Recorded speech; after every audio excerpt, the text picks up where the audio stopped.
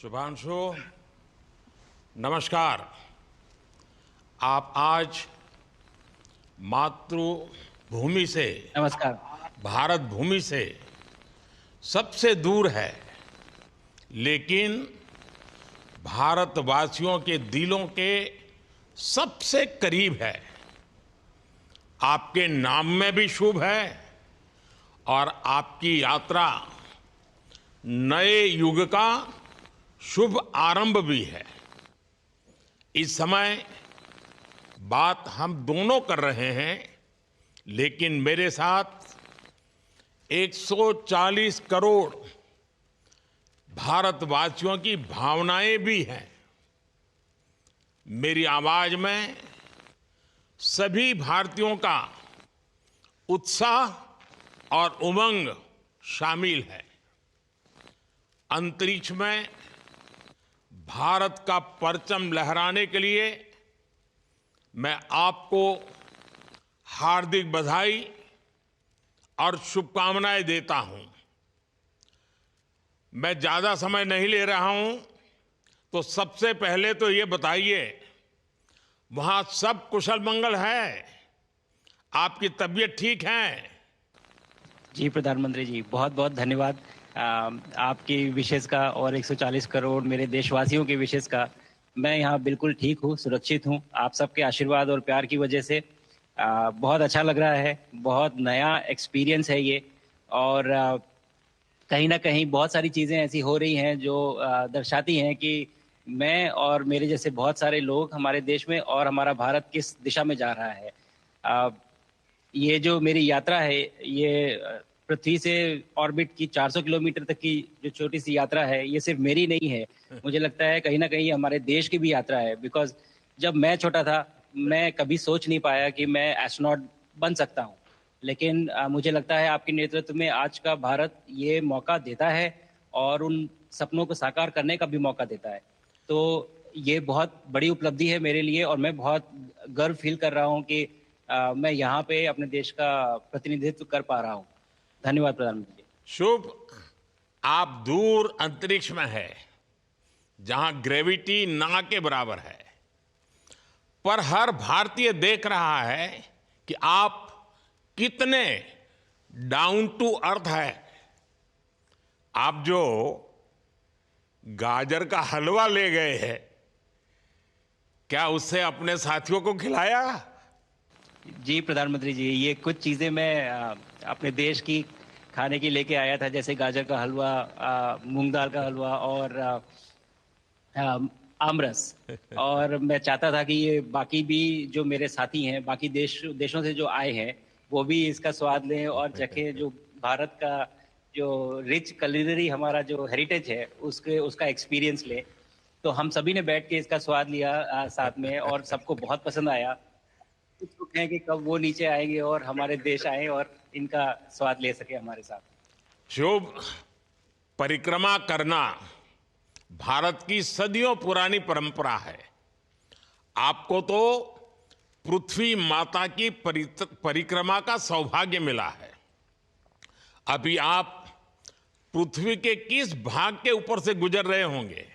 जी, प्रधानमंत्री जी, इस समय तो मेरे पास ये इन्फॉर्मेशन उपलब्ध नहीं है, लेकिन थोड़ी देर पहले मैं खिड़की से, विंडो से बाहर देख रहा था, तो हम लोग हवाई के ऊपर से गुज़र रहे थे अच्छा। और हम दिन में 16 बार परिक्रमा करते हैं, 16 सूर्योदय और 16 सनराइज़ और सनसेट हम देखते हैं ऑर्बिट से और बहुत ही अचंभित कर देने वाला ये पूरा प्रोसेस है। अ, इस परिक्रमा में, इस तेज़ गति में जिस हम इस समय करीब 28,000 किलोमीटर प्रति घंटे की रफ़्तार से चल रहे हैं आपसे बात करते वक़्त और ये गति पता नहीं चलती क्योंकि हम तो अंदर हैं, लेकिन कहीं न कहीं ये गति ज़रूर दिखाती है कि हमारा देश कितनी गति से आगे बढ़ रहा है इस समय, कि हम यहाँ वाह। पहुँचे हैं और अब यहाँ से और आगे जाना है। अच्छा शुभ, अंतरिक्ष की विशालता देखकर सबसे पहला विचार क्या आया आपको?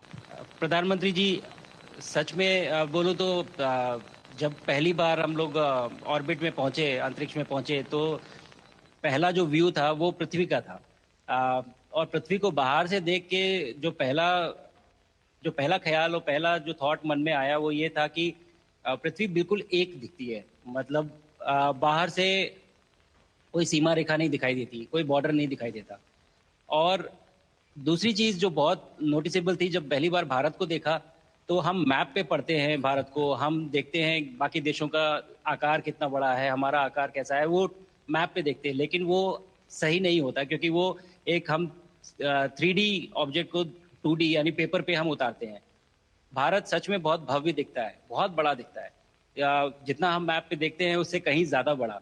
और अ, जो वननेस की फीलिंग है, पृथ्वी की वननेस की फीलिंग है, जो हमारा भी मोटो है कि अनेकता में एकता, वो बिल्कुल उसका महत्व ऐसा समझ में आता है बाहर से देखने में कि आ, लगता है कि कोई बॉर्डर एग्जिस्ट ही नहीं करता, कोई राज्य नहीं एग्जिस्ट करता, कंट्रीज नहीं एग्जिस्ट करती। फाइनली हम सब ह्यूमैनिटी का पार्ट है, और अर्थ हमारा एक घर है, और हम सब के सब उसके सिटीजन्स हैं। शुभांशु, स्पेस स्टेशन पर जाने वाले आप पहले भारतीय हैं। आपने जबरदस्त मेहनत की है, लंबी ट्रेनिंग करके गए हैं। अब आप रियल सिचुएशन में हैं, सच में अंतरिक्ष में हैं। वहां की परिस्थितियां कितनी अलग हैं, कैसे एडप्ट कर रहे हैं? यहाँ पे तो सब कुछ ही अलग है प्रधानमंत्री जी। ट्रेनिंग की हमने पिछले पूरे 1 साल में। सारे सिस्टम्स के बारे में मुझे पता था, सारे प्रोसेस के बारे में मुझे पता था, एक्सपेरिमेंट्स के बारे में मुझे पता था।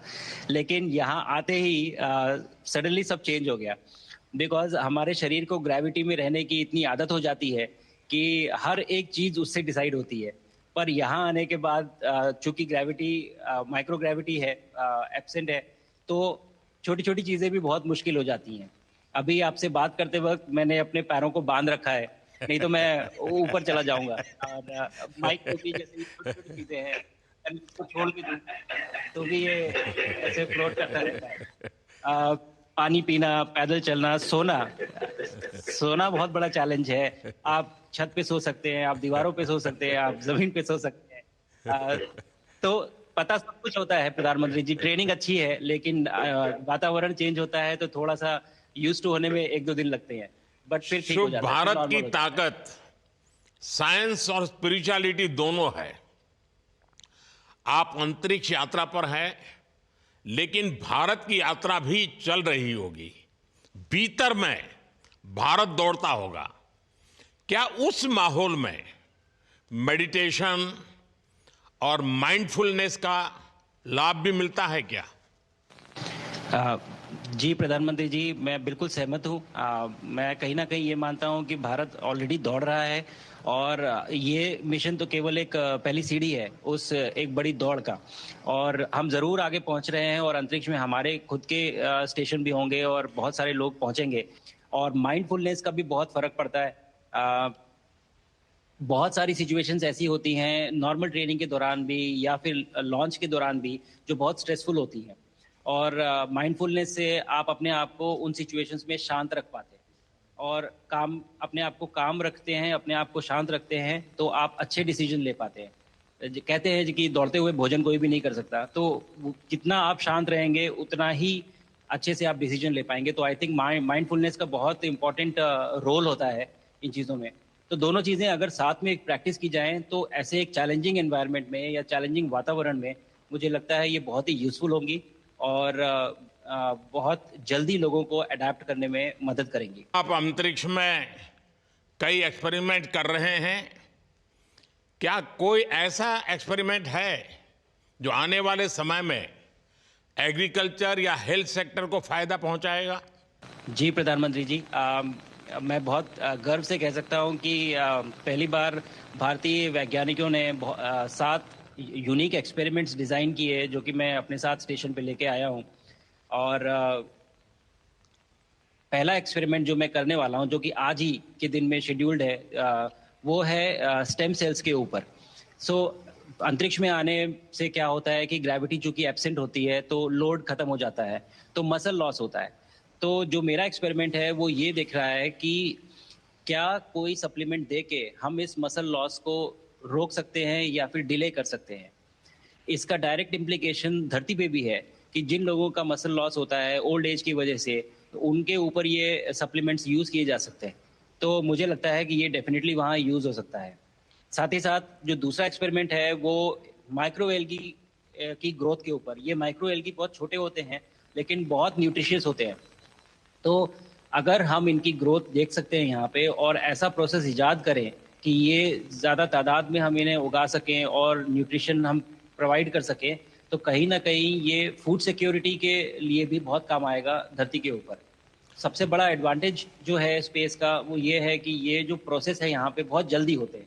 तो हमें महीनों तक या सालों तक वेट करने की ज़रूरत नहीं होती। तो इसलिए शुभांशु, यहाँ के जो रिज़ल्ट्स मिलते चंद्रयान हैं की वो सफलता हम के बहुत बाद देश के बच्चों में, युवाओं में विज्ञान को लेकर एक नई रुचि पैदा हुई। अंतरिक्ष को एक्सप्लोर करने का जज्बा बढ़ा। अब आपकी ये ऐतिहासिक यात्रा उस संकल्प को और मजबूती दे रही है। आज बच्चे सिर्फ आसमान नहीं देखते, वे यह सोचते हैं मैं भी वहां पहुंच सकता हूं। यही सोच, यही भावना हमारे भविष्य के स्पेस मिशंस की असली बुनियाद है। आप भारत की युवा पीढ़ी को क्या मैसेज देंगे? प्रधानमंत्री जी, अगर मैं अपने युवाओं पीढ़ी को आज कोई मैसेज देना चाहूँगा तो पहले ये बताऊँगा कि भारत जिस दिशा में जा रहा है, हमने बहुत बोल्ड और बहुत ऊंचे सपने देखे हैं और उन सपनों को पूरा करने के लिए हमें आप सबकी ज़रूरत है।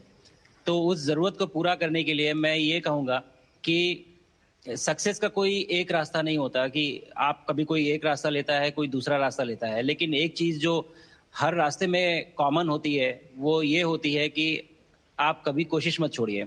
Never stop trying. अगर आपने ये मूल मंत्र अपना लिया कि आप किसी भी रास्ते पे हों, कहीं पे भी हों, लेकिन आप कभी गिव अप नहीं करेंगे, तो सक्सेस चाहे आज आए या कल आए, पर आएगी ज़रूर। मुझे पक्का अगर छोटे विश्वास शब्दों है में कि आपकी ये बातें देना है तो मैं कहूँगा देश कि के युवाओं को बहुत ही अच्छी लगेगी। और आप तो मुझे भली भांति जानते हैं, जब भी किसी से बात होती है तो मैं होमवर्क जरूर देता हूं। हमें मिशन गगनयान को आगे बढ़ाना है। हमें अपना खुद का स्पेस स्टेशन बनाना है और चंद्रमा पर भारतीय एस्ट्रोनॉट की लैंडिंग भी करानी है। इन सारे मिशंस में आपके अनुभव बहुत काम आने वाले हैं। मुझे विश्वास है आप वहां अपने अनुभवों को जरूर रिकॉर्ड कर रहे होंगे। जी प्रधानमंत्री जी, बिल्कुल। ये पूरा मिशन की ट्रेनिंग लेने के दौरान और एक्सपीरियंस करने के दौरान जो मुझे लेसन्स मिले हैं, जो मुझे सीख मिली है, वो सब एक स्पॉन्ज की तरह मैं एब्जॉर्ब कर रहा हूँ। और मुझे यकीन है कि ये सारी चीज़ें बहुत वैल्यूएबल प्रूव होंगी, बहुत इम्पॉर्टेंट होंगी हमारे लिए जब मैं वापस आऊँगा और हम इन्हें इफ़ेक्टिवली अपने मिशंस में इनके लेसन्स अप्लाई कर सकेंगे और जल्दी से जल्दी उन्हें पूरा कर सकेंगे। बिकॉज़ मेरे साथी जो मेरे साथ आए थे, कहीं न कहीं उन्होंने भी मुझसे पूछा कि हम कब गगनयान पे जा सकते हैं? जो सुन के मुझे बहुत अच्छा लगा और मैंने बोला कि जल्दी ही। तो मुझे लगता है कि ये सपना बहुत जल्दी पूरा होगा और मेरी जो सीख मुझे यहाँ मिल रही है, वो मैं वापस आके उसको अपने मिशन में पूरी तरह से 100% अप्लाई करके और उनको जल्दी से जल्दी पूरा करने की कोशिश करेंगे। शुभांशु, मुझे पक्का विश्वास है कि आपका ये संदेश एक प्रेरणा देगा। और जब हम आपके जाने से पहले मिले थे, आपका परिवारजन के भी दर्शन करने का अवसर मिला था और मैं देख रहा हूं कि आपके परिवारजन भी सभी उतने ही भावुक है, उत्साह से भरे हुए हैं। शुभांशु, आज मुझे आपसे बात करके बहुत आनंद आया। मैं जानता हूं आपके जिम में बहुत काम है और 28,000 किलोमीटर की स्पीड से काम कर रहे हैं आपको, तो मैं ज़्यादा समय आपका नहीं लूँगा। आज मैं विश्वास से कह सकता हूं कि ये भारत के गगनयान मिशन की सफलता का पहला अध्याय है। आपकी यह ऐतिहासिक यात्रा सिर्फ अंतरिक्ष तक सीमित नहीं है, यह हमारी विकसित भारत की यात्रा को तेज गति और नई मजबूती देगी। भारत दुनिया के लिए स्पेस की नई संभावनाओं के द्वार खोलने जा रहा है। अब भारत सिर्फ उड़ान नहीं भरेगा, भविष्य में नई उड़ानों के लिए मंच तैयार करेगा। मैं चाहता हूं, कुछ और भी सुनने की इच्छा है आपके मन में, क्योंकि मैं सवाल नहीं पूछना चाहता, आपके मन में जो भाव है अगर वो आप प्रकट करेंगे, देशवासी सुनेंगे, देश की युवा पीढ़ी सुनेगी, तो मैं भी खुद बहुत आतुर हूं कुछ और बातें आपसे सुनने के लिए। धन्यवाद प्रधानमंत्री जी।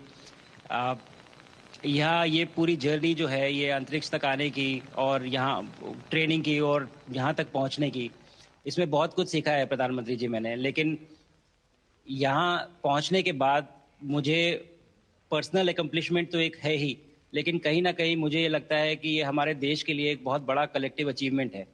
और मैं हर एक बच्चे को जो ये देख रहा है, हर एक युवा को जो ये देख रहा है, एक मैसेज देना चाहता हूँ, और वो ये है कि अगर आप कोशिश करते हैं और आप अपना भविष्य बनाते हैं अच्छे से, तो आपका भविष्य अच्छा बनेगा और हमारे देश का भविष्य अच्छा बनेगा।